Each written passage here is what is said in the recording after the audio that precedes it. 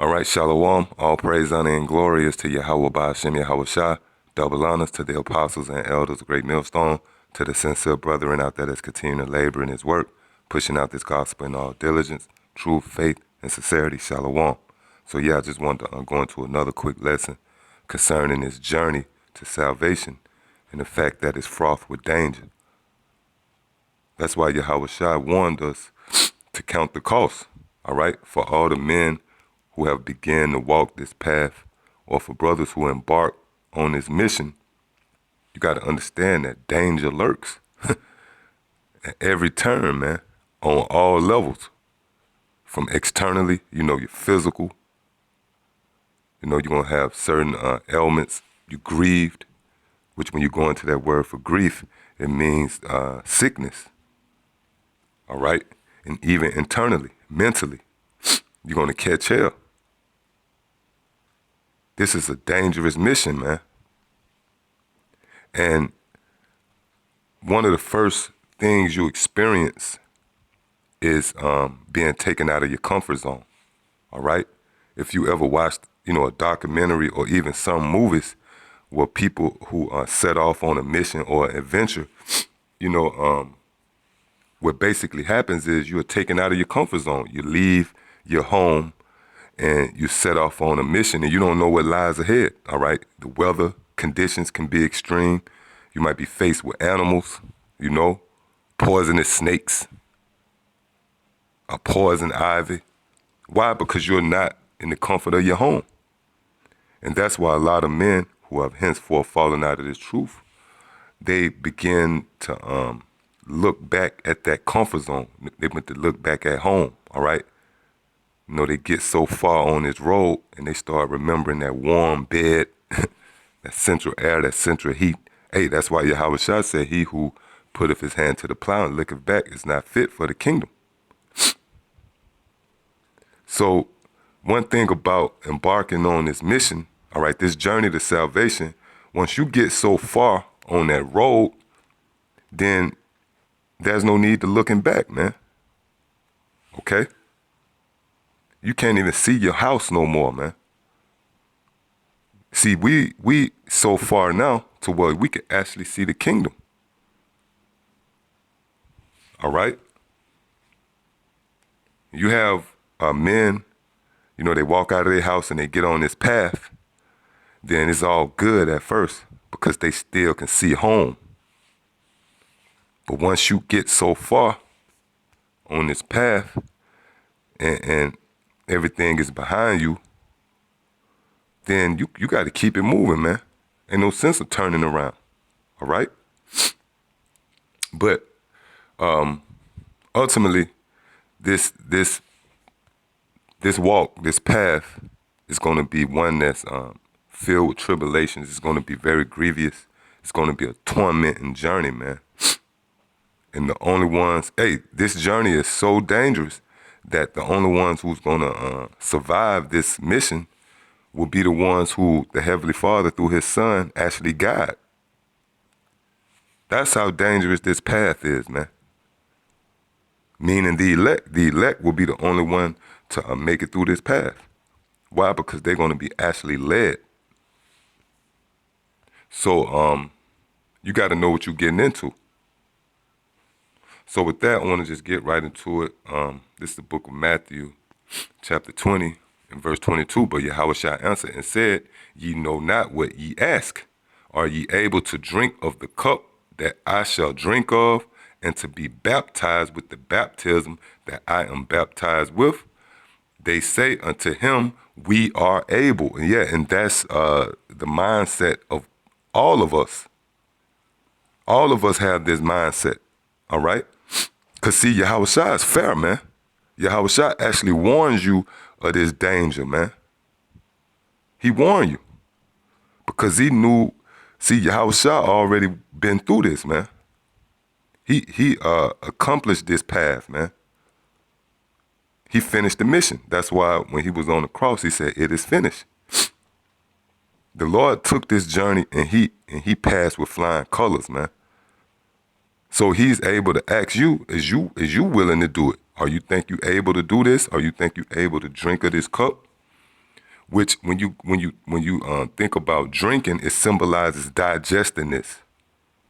All right? Can you digest the things that's going to come along on this path? Can you digest it when I take your woman away from you? When I take your job away from you, your comfort away from you, man, your money, your kids, your friends. Can you drink that? Is you gonna be able to digest that? All right. And every man that have uploaded a video, every man that put on a garment and went out on the highways and hedges, every man that started to speak the lingo and associate themselves with this truth, then that means in the spirit you said we are able. That's why for you guys who fell out, the Most High gonna kill you, man.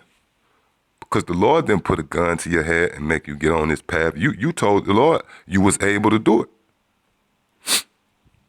Verse 23, and he said unto them, ye shall drink indeed of my cup. Right, so the Lord telling you, okay, since you able, since you since you signed the contract, since you took the oath, you agreed to embark on this very dangerous mission, guess what? You will indeed drink this cup. You're going to lose everything. You're going to catch hell what I caught, man. And be baptized with the baptism that I am baptized with. But to sit on my right hand and on my left is not of mine to give, but it shall be given to them for whom it is prepared of my Father. So the positioning in the kingdom, we don't know who's going to be top ranked. You know, the Lord got that set up. Now, I want to look up real quick this word baptism. All right.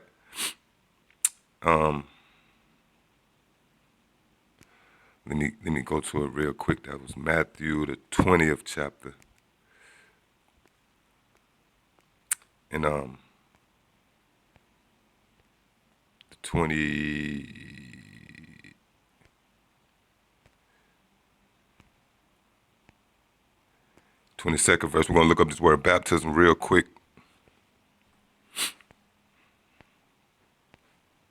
Because the Lord said, yeah, indeed, you're going to drink of this and you're going to be baptized with this, man.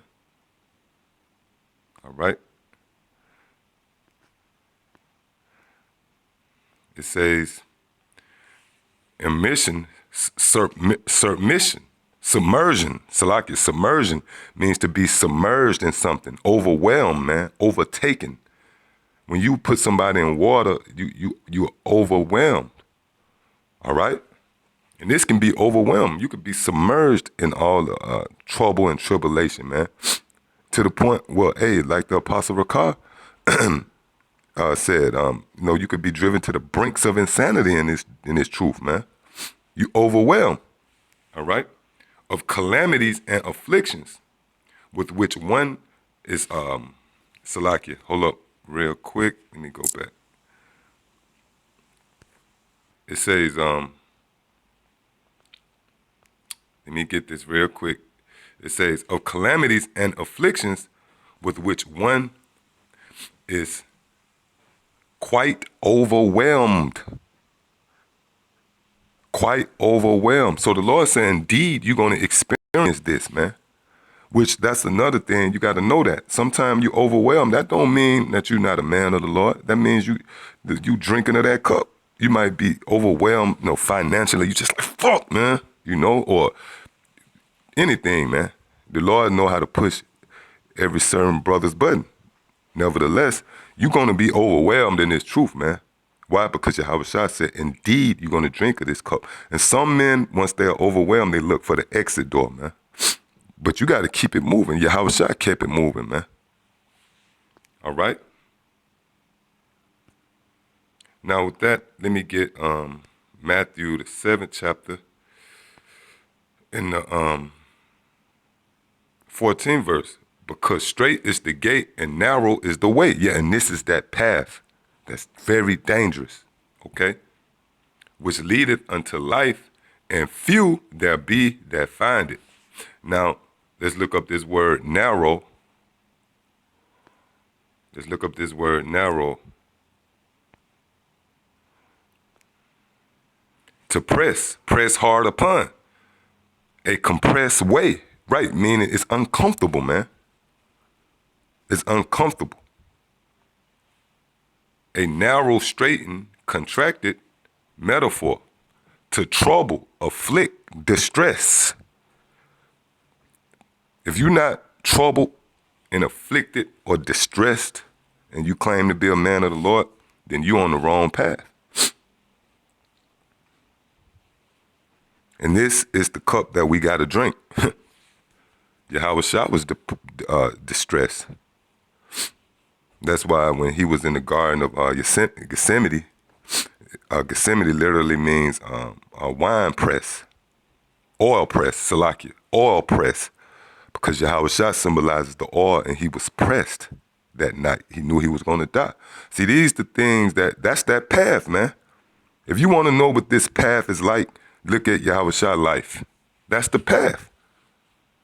You're gonna have people want to kill you, all right? You're gonna be away from your family. Some brothers is gonna be homeless, like Yahweh Shah was. And if you're not homeless, you're gonna be struggling, you're gonna be poor. You're gonna have these people to persecute you, throw your name out as being wicked. These are the things that happen to Yahweh Shah. And we following him. We following that path. And you agreed to do that. So we don't want to hear the bullshit, the bitching, man.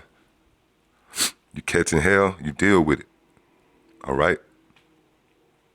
This is the path you chose.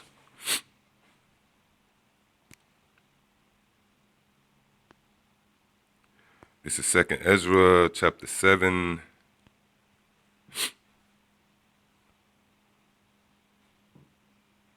I started verse 4. But put the case, the entrance were narrow and like a river. Who then could go into the sea to look upon it and to rule it if he went not through the narrow? How could he come into the broad? So if you want to be a ruler, if you want to be one of those joint heirs of Yahweh Shah and rule, all right, and be set up as a ruler in the kingdom, you got to come through that narrow gate. There is also another thing. A city is builded and set upon a broad field and is full of all good things. That's the kingdom. The entrance thereof is narrow and is set in a dangerous place to fall. So when you get in this truth, it's a good chance you're going to fall out just by going by the numbers, man. It's only going to be 144,000 and 1/3. Like as if there were fire on the right hand and on the left a deep water. And one path, and one only path between them both, even between the fire and the water, so small there could but one man go there at once. If this city now were given unto a man for an inheritance, if he never shall pass the danger set before it, how shall he receive this inheritance? So you got to go through this path. You can't figure out another way. You got these guys, these different guys that come up against the apostles, dudes who fell out. They think they're going to get into the kingdom their own way. Wow.